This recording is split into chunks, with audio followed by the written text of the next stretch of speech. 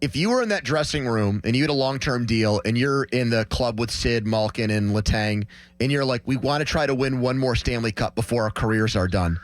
If you found out that Jarry was going to be back as your number one goaltender, how would that make you feel? That's I don't know if you even need to go further and answer it, just judging by that first laugh. I just don't know how confident I would be. How could you be? You couldn't be. I'm not sure.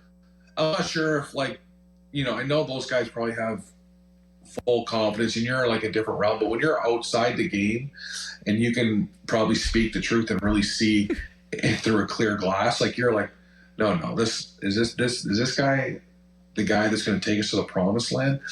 I'm not sure. Again, I don't think Jarry's proven himself. I thought he had great stretches. I thought he played really well. Again, he had a ton of shutouts. But if this game meant something tonight, he wouldn't be shaking in my boots a little bit. He wouldn't be playing. Nedeljkovic would be in goal for 13 in a row. The guy who actually was giving you something down the stretch. Yeah, but was Ned that good? No, he wasn't. That's the other part of it, Tyler. Too. Exactly. Yeah, that's the most problematic part of it. Exactly. When they played, who'd they play? Where Ned got pulled. What team was Boston? When they lost Boston.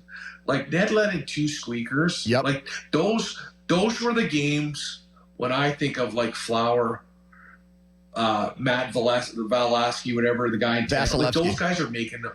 Yep. Yeah, those guys are I'm terrible with names and voice. I just guess at the time. But those are the guys that I'm wow, no, our goal is going to be raw. We're good, Yep. And then Jarry comes in first shot, he lets a guy go to the middle and just on the ground between his 5-hole. Those are tough. Those are tough to be you're playing a little better defense, I think.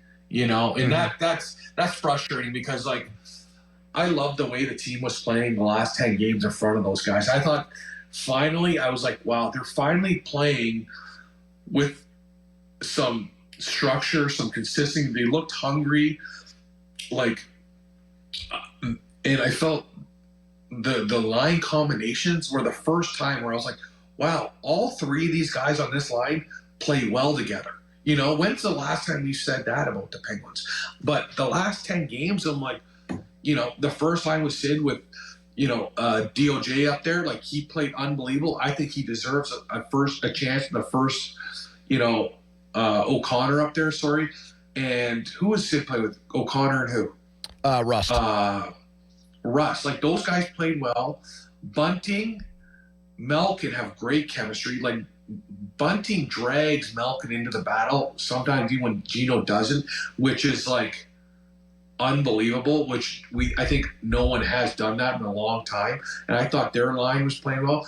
I love Eller on the third line. I thought Eller was a gamer. I thought a guy that I believe that, gave me a chance to win. And then that fourth line was the fourth line. Jeff Carter scored a huge goal that we needed. And he's playing, again, 9 goals on the fourth line center. That's pretty good. That was a lot better than he did year before. I thought he had a good year. But, again, I was just finding the line combinations too late, and that's what's tough because it would have been so nice to see them in playoffs. I almost feel we needed them to be in playoffs to keep that little bit of a hockey. Yeah, I popped the blood vessel on my face getting ticked off about it last night,